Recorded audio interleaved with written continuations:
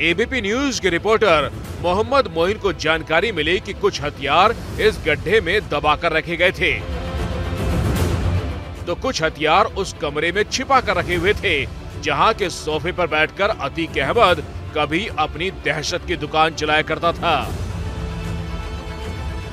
ये देखिए, ये जो फॉल सीलिंग होती है, जो दीवार की जो इसकी छत है, छत पर जिस तरीके से सीलिंग थी, इसको जगह जगह से होल कर दिया गया था और कुछ वेपन्स इन जगहों पर गुपचुप तरीके से छिपा दिए गए थे ताकि किसी की नज़र ना पड़ सके और कोई यहाँ तक चढ़ ना सके। यहाँ पर रोशनी का इंतज़ाम नहीं होता है, बिजली कटी हुई होती है और कटिया लगाकर बिजली का इस्तेमाल किया जाता था। तो किस तरीके से यहाँ पर होल किया गया है, किस तरीके से यहाँ पर वेपन्स छिपाए गए थे, पैसे छिपाए गए थे, वो आप साफ तौर पर देख सकते हैं। अतीक अहमद के इसी दहशत वाले दफ्तर से सटे हैं वो दो कमरे जिनकी दीवारें और दरवाजे अतीक की दहशत की गवाही देती हैं। कमरा नंबर 1 और कमरा नंबर 2।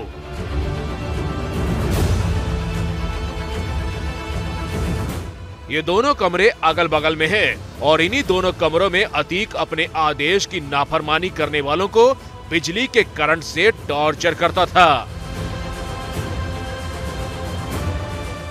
पुलिस सूत्रों की माने तो गुर्गे अतीश के आदेश पर विरोधियों को न सिर्फ पीटते बल्कि उसके साथ जानवरों जैसा सलूक किया जाता। देखिए, यहाँ पर पंखा नहीं लगा हुआ था और एक इस तरीके से, ये देखिए, कहीं भी आपको पंखा लटकने का इस तरीके से हुक लगा हुआ नजर नहीं आएगा, इतना टेढ़ा, इतना वो। और कहा यह जाता है कि अतीक अहमद हाथ पांव बांध करके लोगों को इसी जगह पर लटका देता था। इसी कमरे में करंट लगाया जाता था, मारपीट की जाती थी, टॉर्चर किया जाता था। तो ये अतीक अहमद का वो टॉर्चर रूम है जहां पर लोगों को रखा जाता था। एक बार साल 2006 में उमेश पाल के साथ भी इस कमरे में बर्बरता की गई थी। उमेश पाल की हत्या के 25 दिन बाद प्रयागराज पुलिस ने इसी बिल्डिंग में छापेमारी की और फिर कैश के साथ हथियार बरामद किए, जिसके बाद अतीक का ये आतंक लोग दुनिया के सामने आया है।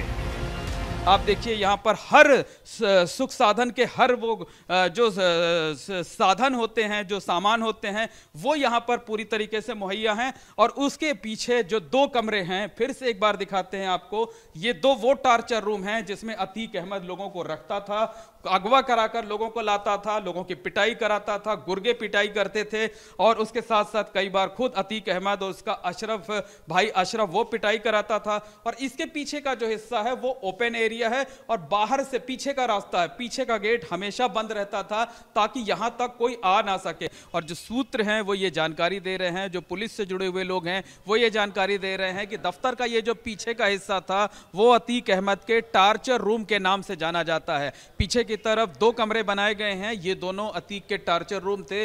जिन लोगों को पकड़ करके लाया जाता था या जिनकी पिटाई करनी होती थी उनको इसी जगह पर रखा जाता था। तो ये एक कमरा है, ये आप देख सकते हैं। पुलिस ने मंगलवार को जिन 5 आरोपियों को गिरफ्तार किया, आपकी टीवी स्क्रीन पर इस वक्त वो 5 दिख रहे हैं। पुलिस ने सबके चेहरे को नकाब से छिपा रखा है, लेकिन जो नहीं छिपा है वो ये कि गिरफ्तार 5 आरोपी अतीक अहमद की कोर टीम का हिस्सा हुआ करते थे। इन 5 में से एक का नाम कैश अहमद है, जिसकी निशानदेही पर पुलिस ने 72 लाख रुपए कैश और हथियार बरामद किए। बाकी 4 आरोपियों का रोल भी उमेश पाल की हत्या में सामने आया। जिन 2 अभियुक्तों की निशानदेही पे ये कैश और असलहा बरामद हुआ है, इनमें से एक है कैश अहमद। कैश अहमद लगभग 16 साल से अभियुक्त अतीक अहमद और उसके परिवार में ड्राइवर का कार्य कर रहा है। घटना के बाद में असला और कैश अतीक, अशरफ, शाइस्ता, असद आदि के निर्देश पे छुपाने का कार्य जो था इसको साथ में सौंपा गया था अभियुक्त के।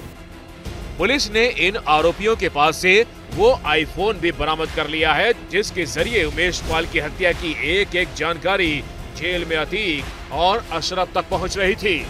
फिलहाल हत्या में शामिल कोई भी शूटर अब तक नहीं पकड़ा गया है।